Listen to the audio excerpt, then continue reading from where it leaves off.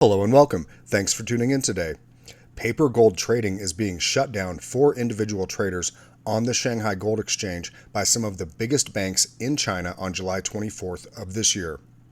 What could this imply for gold, and should we expect a noticeable change to the market this summer? Stay tuned to find out.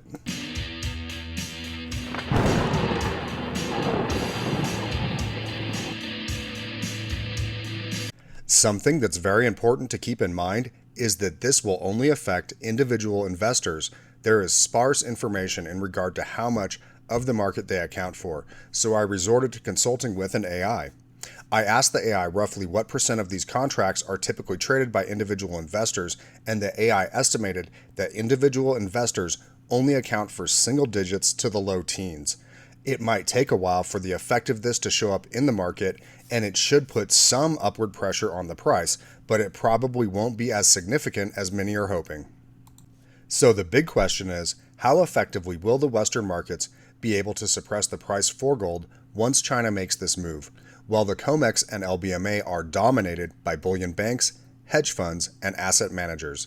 These are big institutional investors with really deep pockets. Individual Chinese investors disappearing from the market is unlikely to have much of an impact. Only time will tell for sure, but it looks like they will probably still be able to suppress the price for gold to a large degree if they choose to. In order not to be let down, it would be best not to expect any increase in the price this summer due to this change taking place. But hey, if it does give us some green candles, that would be great.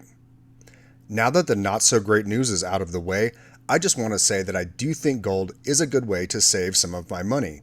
Please keep in mind that nothing in this video is financial advice. Why would I say that about gold? Well, central banks have been buying gold at a record pace. They bought a whopping 244 tons in the first quarter of this year. This is because of concerns about the fiat dollar and geopolitical uncertainty. This means each bar they vault is now off the market, which can lead to increased prices for investors. And if any portion of the world was to move to a gold-backed settlement system, in the future this would also be bullish for gold. Gold is also a great hedge against inflation. Here is an example of gold performing very well over time. In 1965, the average price for a new car was $2,650. This was equal to 75.7 ounces of gold that same year. Bear in mind, in 1965, gold was price locked in the US at $35 per ounce because we were still on the gold standard. The average price for a new car in 2025 was $48,699, which was equal to 14.8 ounces of gold.